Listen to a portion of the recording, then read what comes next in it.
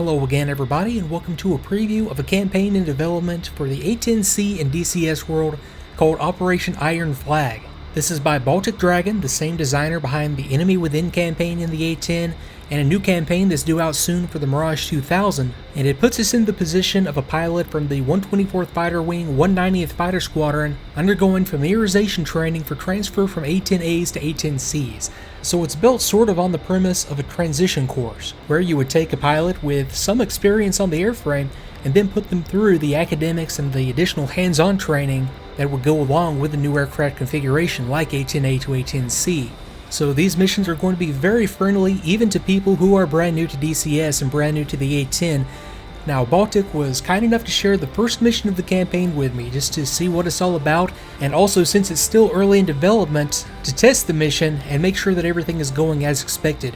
So with that caveat, I will say that I do not expect everything to be 100%, and the experience you see here may not reflect the final version. So why don't I go through the briefing and we'll step straight to the aircraft.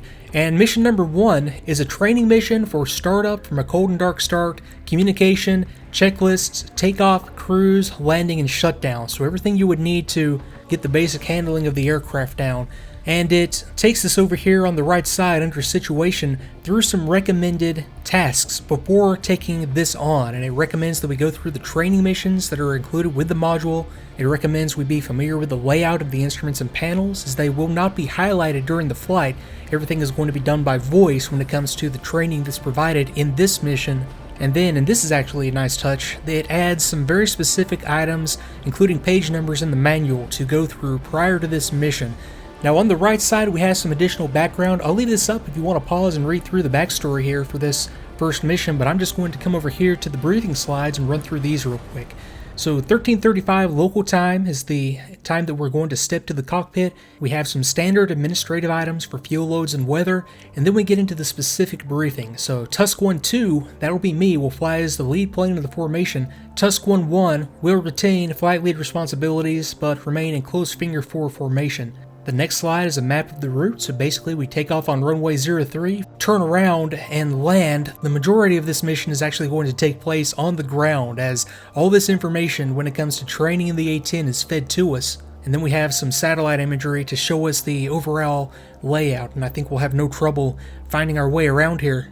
Now, this is just the first of probably 15 or 20 missions that's still yet to be determined, and they're going to be very interactive, with the instructor pilot reading checklist steps off and giving additional detail, while you, the pilot, perform the steps and hit space when ready to press on. This was about a 2-hour mission total, so just for preview purposes, I'm going to do 2 versions of this video. This one just hitting the highlights to give a feel of how the missions go, and then the next video was going to be the entire mission starting at the very beginning, and even that version is going to be edited down to about an hour.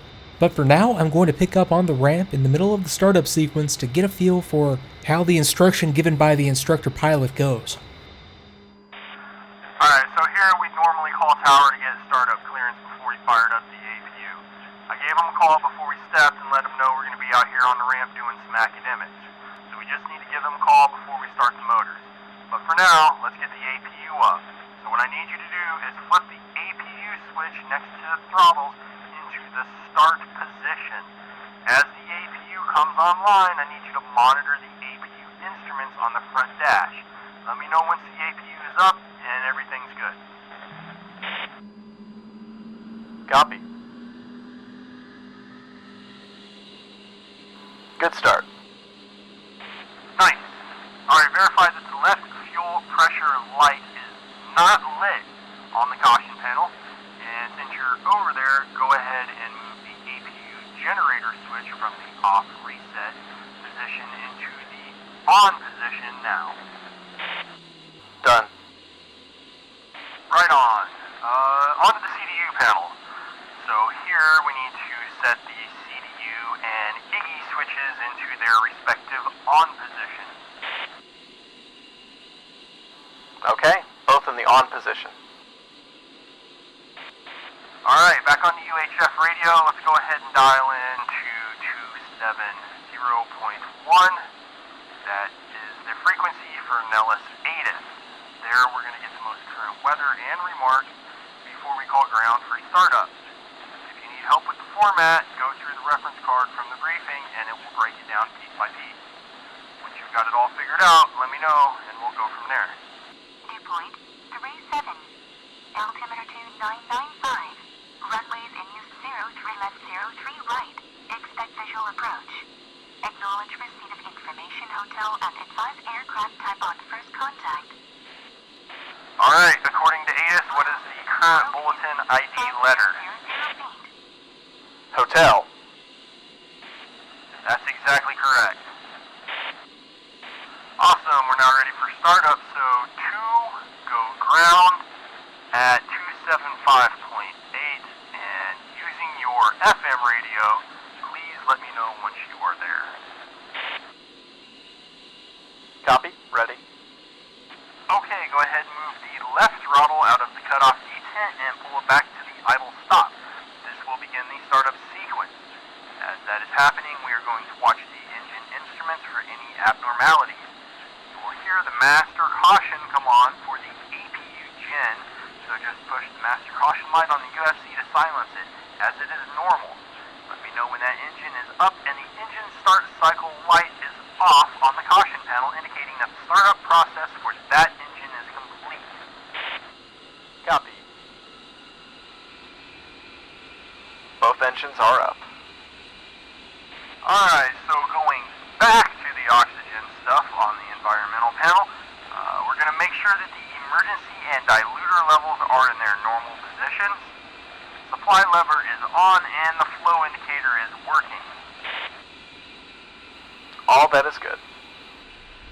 So in this style, the instructor pilot gives us the entire startup process step by step, just in a challenge and response format, him reading off the steps, the pilot performing the steps, and then once the pilot is comfortable and ready to move on, it's just a simple matter of hitting the spacebar to press on to the next step in sequence. We also saw a number of Kneeboard pages with frequencies and other important information for the mission. Those are built straight into the mission. No separate installation is required.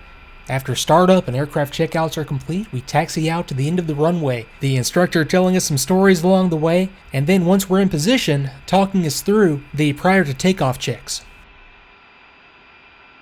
2's lined up and holding. So first thing you're going to do is check your flight instruments. After that, check anti-skid, verify it's on. Pitot heat on.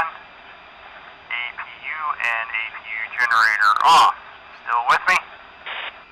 Yep, good so far. Okay, let me get us takeoff clearance and we'll proceed with the next step. Stand by 1. 2. Nellis Tower, Tusk 2, holding 03 left and ready for departure. Tusk 2, Nellis Tower, wind at 202 at 6, cleared for takeoff, runway 3 left. Cleared for takeoff, 03 left, Tusk 2. Alright, so now we're cleared for takeoff. We're going to run the motors up to 90% on the core RPM and hold them there for a little bit. We're going to check and make sure everything is in the green and we have nothing lit on the caution panel. If everything's good, release the brakes, then advance to full throttle. Copy, stand by. 2's rolling. Now, as I get airborne and fly along the route here, you're going to hear a lot of interaction with air traffic control, and even though the planned A-10C revamp for DCS World is still in works, Baltic Dragon has built into the mission interactions in great detail with the air traffic control agencies as we fly along. Now, in subsequent missions, this is where I would imagine that further instruction would take place when it comes to aircraft systems, weapons delivery, everything that is involved in running the A-10, done in much the same way as we've already seen during the startup and the takeoff. For the remainder of this mission, it's sightseeing out here to Mopa, where we turn back around and fly an approach back to Nellis. Alright, we're coming up to Mopa, so let's start a level left-hand turn and head back to Nellis for recovery. Copy. We'll just shoot a straight-in approach for today, so don't worry about any fancy overhead brakes or anything like that. I'll have you shoot the approach and I'll follow close by, watching and judging. Sound okay? Yeah, should be fine. Alright, dude, like I said, we're going to shoot a straight-in approach for today. several miles out so we can go through the checklist without being rushed through it, even though it's pretty small. Raj? So for the descent and before landing portion of the checklist, the first thing we're going to need to do is check our altimeter setting. It may have changed since we took off, but it is still 29905 in this case. Next is speed brakes. Configure as required. We're straight and level, so they should be closed. And check that the anti-skid is on. Check. Alright, continuing. NVIS and landing gear lights as required. Fuel quantity check. Again, we should be good here since we've launched with full tanks and we've only been up for a few minutes. Check that your indicated airspeed is good, and we're going to try and hold 200 for the time being. And lastly, remove and stow your nods, which of course you're not wearing because it's daytime. So before landing checklist is complete.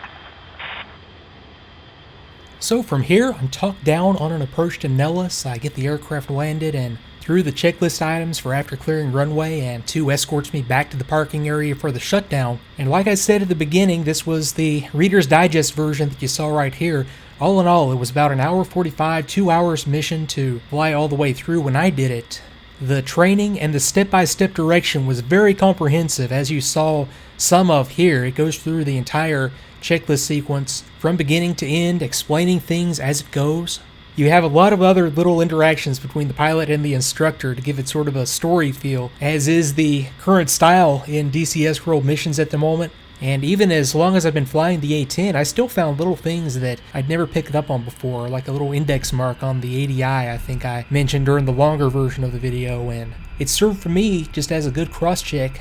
And for a brand new player, just like it said in the mission briefing, it would be advisable to have a very good idea of the aircraft cockpit layout so that you can find the switches as they're called out. But I never noticed at any point in this mission any kind of like a time limit, so a person could do this at their own pace, referencing manuals and other materials as they go. And as far as comparing this to the training missions that are included with the modules, well, there really is no comparison. This is much, much more in-depth, and the important part to me is that in a lot of cases, in addition to telling you the sequence to do things in, the instructor tells you why you're doing it. So I found that to be a very, very good way of presenting the information. And also, like I said at the beginning, this is just a preview and things are subject to change, but the plan as of now is about 15 or 20 missions of this detail and depth, covering all aspects of use of the A-10. That is quite an undertaking that they have going on here. As far as when we can expect this to be released, I have no idea. I'm sure Baltic Dragon has no idea at this point. That's just going to depend on how smoothly the tweaks to the remaining missions and the testing goes. But for my part, I had a lot of fun flying it. That's going to do it for the preview portion of this series, so stick around for the next video if you want to see the sights with me and brush up on your aircraft startup, takeoff, and recovery procedures. So thanks again to Baltic Dragon for a look at this first mission in the campaign. I hope you all enjoyed it, and thanks again for watching. I'll see you next time.